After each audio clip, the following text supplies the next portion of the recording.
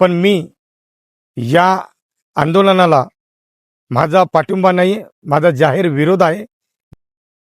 नमो बुद्धाय, जय भीम. आज 13/6/2026 या ऐतिहासिक भूमीमध्ये उभा आहे. ही भूमी बुद्ध फाउंडेशन बुद्ध भूमी आहे. माझ्या पाठीमागे आपण बघत असाल सम्यक संबुद्धांच्या प्रतिमा आहे.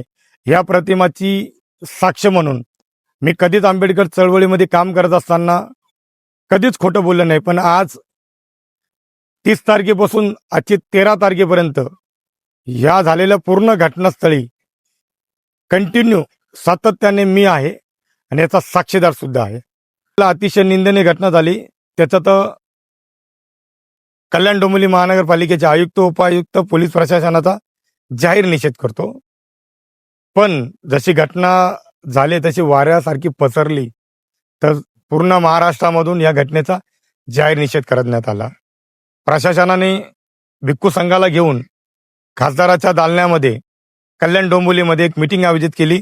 त्या मीटिंगमध्ये मी उपस्थित नव्हतो, पण नंतर माहीत पडलं खासदारांच्या आणि त्यांच्या काहीतरी मागण्या होत्या त्या पूर्ण करण्यात नाही आल्या. परत 10 तारखेला समाज कल्याण न्यायमंत्री संजय सिरसाट साहेब यांच्या बंगल्यावर मंत्रालयाच्या समोर तिथं मीटिंग आयोजित केली होती. त्या मीटिंगमध्ये आंबेडकर घराणं, श्यामदादा गायकवाड ज्यांनी पूर्ण आयुष्य आंबेडकर चळवळीमध्ये बहाल केलं, त्यांचे भाऊ, त्यांचे पूर्ण परिवार या चळवळीमध्ये बहाल झाले.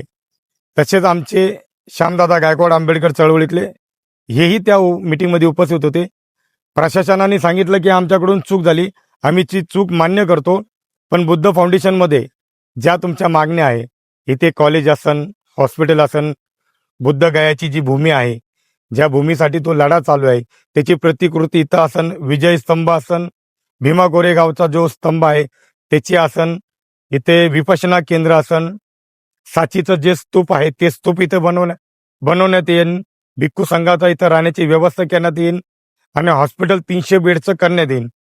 इथले प्रशासन, खासदार यांनी हा शब्द दिला. त्यांनी इतिवृत्तामध्ये पण सांगितलं, त्यांनी लिहून दिलं. तर माझ्या विवेक बुद्धीला असं वाटलं की योग्य आहे. तरी सुद्धा भंतीजी, आमचे पूजनीय भंतीजी आहे, तरी सुद्धा ते 15 तारखेला उपोषणाला बसणार आहे. पण माझ्या विवेक बुद्धीला पटत नाही की त्यांच्यासोबत मी उपोषणाला बसावं. म्हणून मी याबद्दल सकल चौकशी केली. इथं स्थानिक लेवलचे अशोकनगरचे जे स्थानिक रहिवासी आहे, वालदुनीच्या परिसराच्या 2 मिनिटाच्या अंतरावर, त्यांचं म्हणणं ऐकल्यानंतर ते म्हणतात अशी पुन्हा एकदा काही वर्ष अगोदर घटना झाली होती. अरे आमच्यावर 116 जणांवर गुन्हे दाखल आहे आणि अजून सुद्धा आम्ही बेघर आहोत.